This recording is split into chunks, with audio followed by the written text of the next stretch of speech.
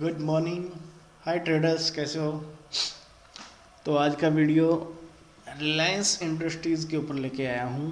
तो रिलायंस का क्या बिहेव है, जो वेव चल रही कहाँ तक आ सकती है, या वेव करेक्शन में है या इम्पल्स में है। तो स्टॉक का मंथली एनालाइज करने की कोशिश करेंगे यहाँ पे।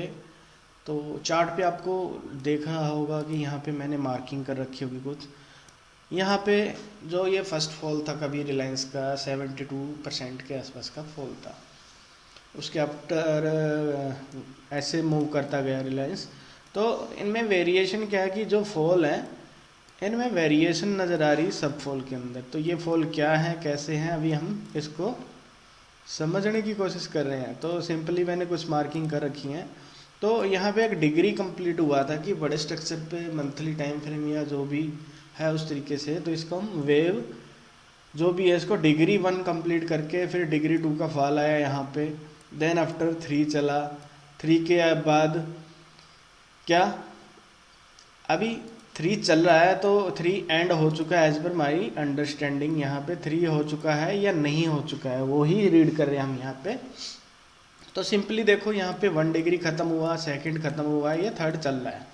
तो थर्ड चल रहा है तो थर्ड के अंदर भी सिमिलर मूव चाहिए हमारे को। तो सिमिलर मूव मतलब कि ऐसा मूव यहाँ पे मिलेगा तो देन क्या क्लियर हो जाएगा कि ये थर्ड का फोर्थ का फॉल आ रहा है। देन आफ्टर क्या चलेगा, फिफ्थ के लिए प्राइस लीड करेगा यहाँ से इस तरीके से।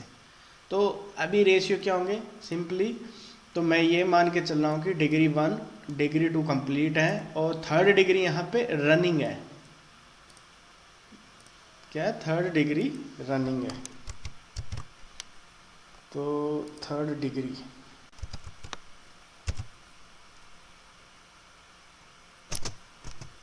इज रनिंग, तो कर देते हैं मार्किंग एक सेकेंड। तो हमारा थर्ड डिग्री क्या है, रनिंग है इस तरीके। अभी ये पूरा नहीं हुआ है तो सिंपल करके इस चीज़ कोशिश कर रहे हैं इनको रिलेट करने की। तो यहाँ पे डिग्री 1 फिनिश हो चुका है, डिग्री 2 फिनिश हो चुका है। तो अभी क्या चल रहा है हमारा डिग्री 3। तो अभी डिग्री 3 का इंटरनल हम रीड करने की कोशिश करेंगे। तो डिग्री 3 में एक फॉल जो ये है 46% का ऑलमोस्ट, ऐसा फॉल एक ही देखने को मिला है। तो अगर ये डिग्री 3 का इंटरनल सबऑर्डिनेट 1 और 2 है तो नेक्स्ट फॉल 3-4 का भी ऐसा होगा। तो हमारा जो ये 3-4 हम यहाँ पे रीड कर रहे हैं तो सेम 46 के आसपास का फॉल हमारे को इस जोन में मिलना चाहिए। तो ये फॉल कितना है, 31% का, तो मतलब कि उससे रिलेट नहीं कर रहा है। तो हमारा यहाँ पे एक फॉल फोर्थ वाला ऑलमोस्ट इसके जैसा होना चाहिए यहाँ पे। अगर फॉल सेम इसके जैसा आता है तो प्राइस हमारे पास होंगे 872 से लेके 819, ये जोन है 819। इस जोन तक के प्राइस निकलते हैं इसके हिसाब से कि अगर प्राइस सेम स्ट्रक्चर में फॉलिंग कर रहा है तो 740 से लेके 872 की रेंज का प्राइस पीरियड हमारे पास आना चाहिए यहाँ से, जो हम रीड कर रहे हैं एज पर इस फॉल के। तो ये फॉल भी इस जोन में ऐसा ही बन रहा है। देन आफ्टर क्या है कि रैली आएगी और वहाँ पे क्या होगा, फिफ्थ जनरेट होगा। अब फिफ्थ करने के बाद क्या, डिग्री 3 भी ख़त्म हो जाएगा वहाँ पे। तो ये बिगर साइकिल है। मैंने पहले भी डिस्कस किया कि साइकिल कभी कई टाइप के होते हैं। तो इस तरीके का फॉल आना चाहिए। क्यों आना चाहिए, रीज़न भी है ना मेरे पास। अभी देखो अगर ये यहाँ पे वेव 2 चल रहा था ख़त्म होके ये 3 चला होगा, तो 3 के अंदर जो फॉल आए हैं ये देखो, फर्स्ट फॉल सेकंड फॉल, ये दोनों फॉल इक्वल है। ये यही बोल रहे हैं कि ये इसका इंटरनल पार्ट है, ये इसका इंटरनल सबऑर्डिनेट वेव, सबऑर्डिनेट 1 2 3 4 इस तरीके से बन के ये यहाँ पे इंटरनल इसके 5 मूव कंप्लीट करके और ये फॉल आया है, फॉल ज़्यादा आ गया। तो इसका मतलब यही है कि फॉल ऐसा होना चाहिए, क्योंकि इनसे ज़्यादा फॉल है। अगर इनसे कम होता तो मैं उसको कंसीडर नहीं करता कि ये बन रहा है या नहीं बन रहा है, लेकिन ये इनसे ज़्यादा फॉल आ गया, इसलिए मेरे को ये कंसीडर करना पड़ रहा है कि यहाँ पे डिग्री थर्ड के अंदर वेव 4 का फॉल इस रेंज में आना चाहिए। देन आफ्टर एक बड़ी रैली रिलायंस के अंदर आपको देखने को मिलेगी। तो मैं आपको वेव 4 की रेंज बताई है कि वो मैक्सिमम 872 से लेके 740 तक के बीच का हो सकता है। तो 3 लेवल मैंने प्लॉट किए हैं इसमें, 872, 819 और 740। तो अगर ये इसके नीचे भी 711 को टच कर देता है, टच करने से एक पैसे से भी टच कर देता, तो मतलब जो हम ये रेड कर रहे थे वो ये वेव नहीं है। तो हम क्या करेंगे फिर, हम अपनी वेव की काउंटिंग को चेंज कर देंगे। क्लियरली सिंपल वे में बोल रहा हूँ, चेंज कर देंगे। वैसे तो इसके नीचे जाना नहीं चाहिए क्योंकि स्टडी हमारी यहीं तक इशारा कर रही है। अगर इसके नीचे चला जाता है तो वर्स्ट केस हो सकता है फिर ये बड़ा फॉल हो, ये भी हो सकता है। तो मैंने इसके भी लेवल निकाल रखे हैं, लेकिन आना नहीं चाहिए। अगर हमारी रीडिंग सही है तो यहीं से प्राइस को रिवर्स पुल बैक देखते हो आपको मिलेगा। फिर भी मैंने जनरली इसके लेवल भी ड्रा कर रखे हैं, इसके वाले भी। वैसे वो आपको समझाने के लिए मैं बता रहा हूँ, बट मैं उनको कंसीडर वैसे नहीं कर रहा हूँ। मैं यहीं से देख रहा हूँ कि यहीं से पुल बैक की नया ATS के चांसेस बढ़ेंगे। तो इसके हिसाब से जो रेशियो निकल के आ रहे हैं ऊपर की तरफ 535, 450 और 370 की रेंज निकल के आ रही है यहाँ पे। तो यहाँ पे इनवैलिड क्या हो जाएगा, 292। बहुत स्टॉक अभी चल रहा है 1400 रुपये में बात कर रहा हूँ अभी, कहाँ से 800 रुपये की 700 रुपये की बातें कर रहा हूँ। 50% की करेक्शन इन केस अगर ऐसा होता है तो अभी ऊपर की तरफ क्या होगा। अगर डिग्री 3 यहाँ से यू टर्न कर रहा है स्टॉक कि भाई यहाँ से गिर रहा है,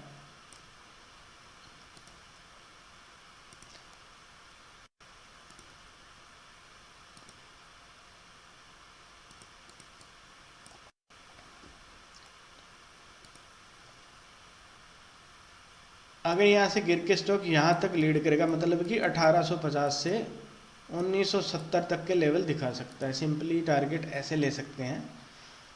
लेकिन एक चीज़ और बताना चाह रहा हूँ कि यहाँ पे डिग्री 1 है, डिग्री 2 है, हो सकता है ये भी डिग्री 3 हो, ये डिग्री 4 हो, ये डिग्री में चल रहा हो और प्राइस यहाँ पे डिग्री 5 बना रहा हो और फिर डिग्री 6 बना रहा हो, फिर ऊपर से यहाँ से इंटरनल मूव में लीड कर देगा। इस तरीके से भी बाजार में मूव हो सकता है, क्योंकि इनमें सिमिलरिटी नहीं है ना, इस फॉल की सिमिलरिटी इससे है। तो हो सकता है ये फॉल की सिमिलरिटी भी इन पीछे वाले फॉल से ना हो। ये कंडीशन भी अप्लाई हो सकती है कि डिग्री बनने के बाद ये डिग्री फॉर्मेट भी मान सकते हैं और यहाँ पे भी कोई ये डिग्री बन रही है, हो सकता है कि इनसे फॉल मैच ना करे।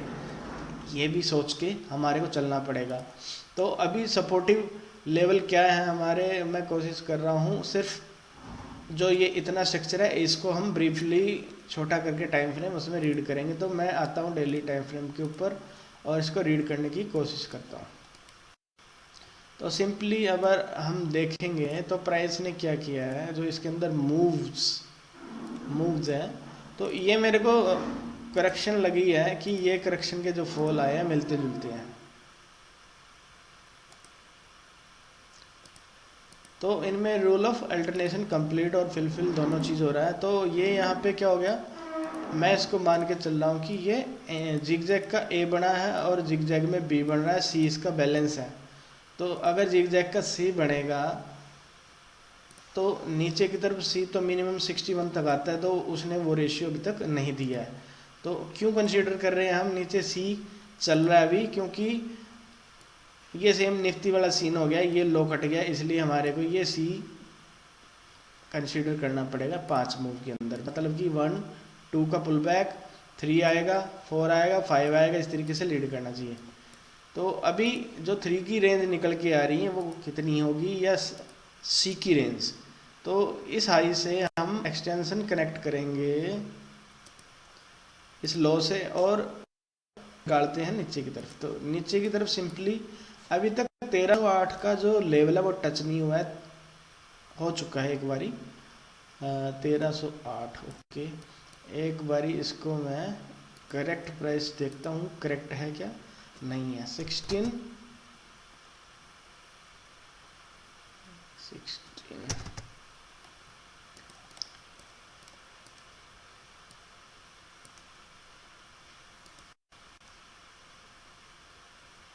1688 और 1110-15, ये हमारा करेक्ट प्राइस है। तो अभी निकल के क्या है 1303.60 और प्राइस ने लो लगाया 1307 का।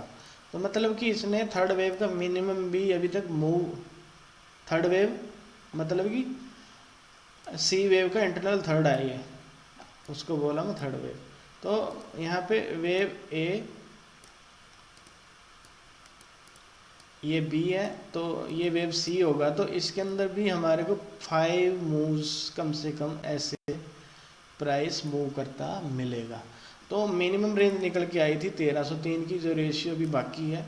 नीचे की तरफ 2.61 तक मैक्सिमम लीड कर सकती है वेव सी। तो 2.61 मैक्सिमम भी देख लेते हैं, और इंटरमीडिएट रेंज 1.61 गोल्डन रेशियो को भी देख लेते हैं कहाँ तक आ रहा है। तो गोल्डन रेशियो का जो रेंज निकल के आ रही है 804 तक आ रही है। तो 261 तो काफ़ी दूर हो जाएगा, वहाँ पे नहीं है। तो अगर हम टाइम पीरियड को मैच करेंगे तो जितना टाइम इससे वे बी तक लगा है, तो हमारे को इतना टाइम तो लग सकता है कि मैक्सिमम में देखेंगे तो 372 बार यहाँ पे वेव ए और वेव बी में लगे हैं। तो यहाँ से 372 बार की टाइमिंग कैलकुलेट करेंगे। पहले तो हम आगे की तरफ कहाँ आ रही हैं, फिर उसका और चीज़ें भी देखेंगे 372 का यहाँ से। तो हमारा 372 पीरियड बहुत दूर निकल के आएगा मेरे हिसाब से। तो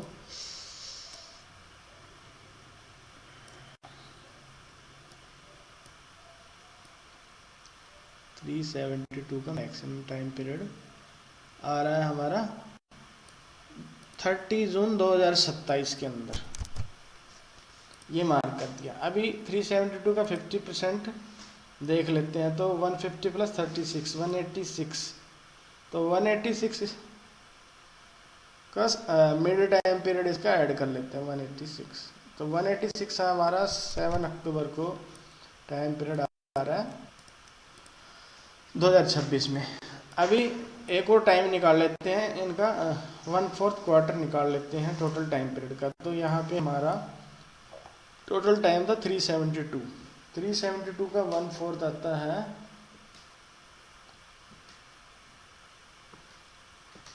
ऑलमोस्ट 93।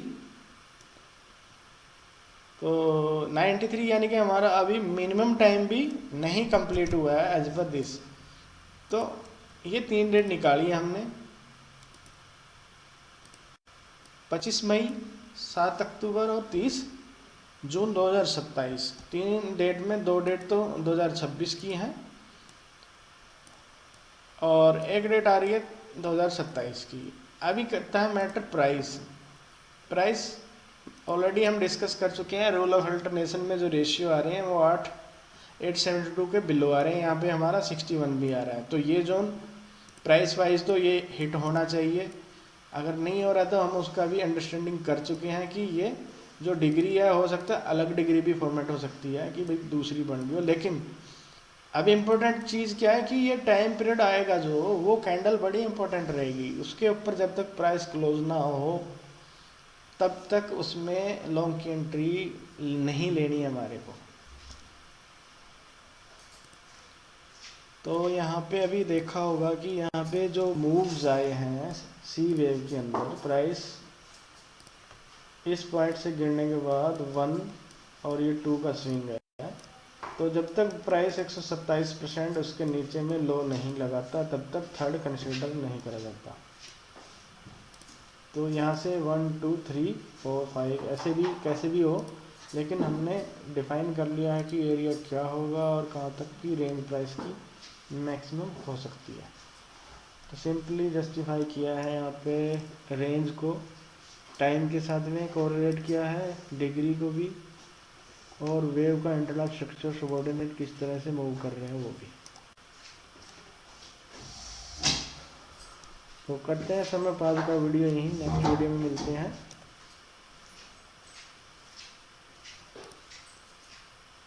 नए वीडियो के साथ में नया एनालाइज करके। तो रिलायंस का पूरा एनालिसिस निफ्टी पे टिका हुआ है। तो कुछ एक नंबर है निफ्टी के जो, और बैंक निफ्टी के जो एज ए इन्वेस्टर जिनको हम फ्यूचर में देख सकते हैं, उनके बिना रूल ऑफ अल्टरनेशन फुलफिल नहीं होगा। निफ्टी का बैंक निफ्टी का दोनों को यहाँ पे कंबाइन करेंगे। दोनों साइकिल एक दूसरे से मिसमैच चल रहे हैं, जो हम ऑलरेडी डिस्कस किया था वीडियो के अंदर कि बैंक निफ्टी कोरिलेट नहीं करेगी निफ्टी को। तो यहाँ पे बैंक निफ्टी के नंबर जो है वो है 47500 as per rule of alternation 45500 ये जोन है। और इनवैलिडेशन पॉइंट रहेगा इसके नीचे अगर चला जाता है प्राइस 43700 के। ये बैंक निफ्टी के हो गए। और निफ्टी के अगर लोगे तो निफ्टी का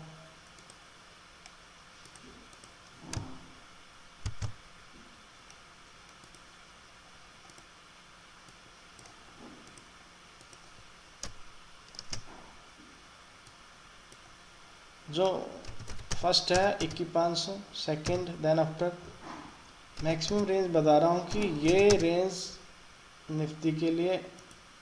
और invalidation point as per you invalidation point होगा 19900। तो ये इम्पोर्टेंट लेवल्स हैं जो दोनों इंडेक्स को देने चाहिए। ये लेवल दोनों इंडेक्स को देने चाहिए, क्योंकि रीज़न क्या है कि बैंक निफ्टी के अंदर वेव 4 बैलेंस है।